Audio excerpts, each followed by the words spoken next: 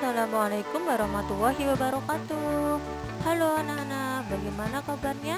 Pada kesempatan video kali ini, kita akan belajar tentang tematik tema 1, pertumbuhan dan perkembangan makhluk hidup, subtema 2, pertumbuhan dan perkembangan manusia, pembelajaran 2. Nah, kita langsung menuju ke materinya. Apakah kamu masih ingat dengan tugas wawancara orang tua pada pertemuan sebelumnya? Gunakan informasimu yang sudah kamu peroleh untuk menulis cerita tentang perkembangan dirimu. Nah, dari pertemuan sebelumnya ya anak-anak, kalian kan sudah memperoleh tugas untuk mewawancarai orang tua dari perkembangan dan pertumbuhan sejak bayi sampai saat ini. Kemudian nanti tugasnya adalah menulis cerita dari informasi yang sudah kalian peroleh. Bagaimana perasaanmu setelah mendengar informasi tentang perkembanganmu? Nah, bagaimana perasaan anak-anak setelah memperoleh informasi dari orang tua kalian tentang pertumbuhan kalian dari bayi hingga sekarang? Apakah kamu juga mendapat informasi kapan kamu mulai bisa merangkak dan berjalan?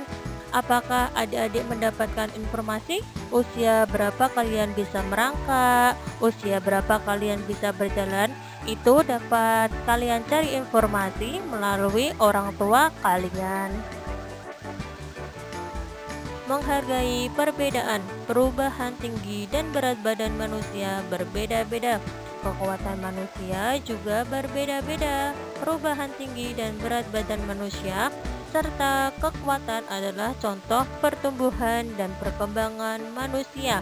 Pertumbuhan dan perkembangan dipengaruhi oleh makanan, kebiasaan olahraga, dan faktor yang diturunkan oleh orang tua. Tuhan menciptakan berbagai macam makhluk hidup berbeda-beda. Perbedaan ini adalah karunia Tuhan.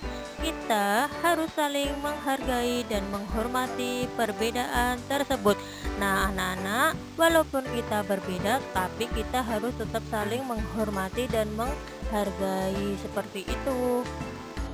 Tuliskan sikap yang akan kamu lakukan jika melihat beberapa hal seperti berikut ini. Kamu melihat teman yang sedang kesulitan mengambil benda di atas tempat yang tinggi. Sikap yang akan kamu lakukan adalah, nah anak-anak, ketika melihat seperti ini, apa yang harus kalian lakukan? Apakah membiarkannya? Jelas tidak ya anak-anak. Yang harus kalian lakukan adalah membantu mengambilkan benda tersebut. Lalu gambar yang kedua, kamu melihat temanmu yang kesulitan membawa barang bawaan. Sikap yang akan kamu lakukan adalah, nah bagaimana anak-anak ketika kalian melihat teman yang sedang kesusahan membawa barang bawaannya?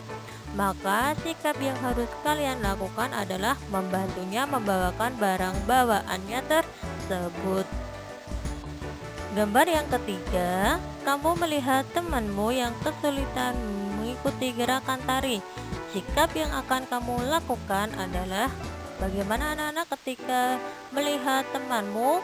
Apakah kalian mengejek atau menghindari? Tidak boleh ya anak-anak. Ketika ada teman seperti itu, maka sikap kita adalah membantu atau melatihnya pelan-pelan sampai teman kita bisa. Sikap saling menghormati antar sesama termasuk pengamalan sila kedua Pancasila. Nah, anak-anak pasti masih ingat ya, sila kedua Pancasila dilambangkan dengan gambar rantai. Sila kedua berbunyi kemanusiaan yang adil dan beradab. Simbol sila kedua Pancasila adalah rantai. Lambang ini menunjukkan bahwa bangsa Indonesia sangat menjunjung tinggi nilai-nilai kemanusiaan.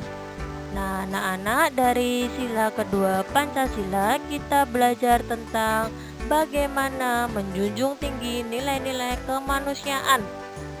Kita harus saling tolong menolong, kita harus saling menyayangi, kemudian menghormati walaupun kita berbeda. Saling menghormati, saling menyayangi, dan juga memperlakukan manusia lainnya dengan baik. Misal contohnya, ada pengemis di rumah kalian, apakah kalian mengusirnya? Jelas tentu tidak boleh ya anak-anak. Kalian tetap harus menghargainya dan berilah sedekah yang terbaik buat pengemis tersebut. Cukup sekian untuk video pembelajaran hari ini.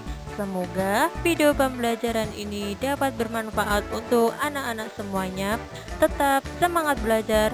Wassalamualaikum warahmatullahi wabarakatuh.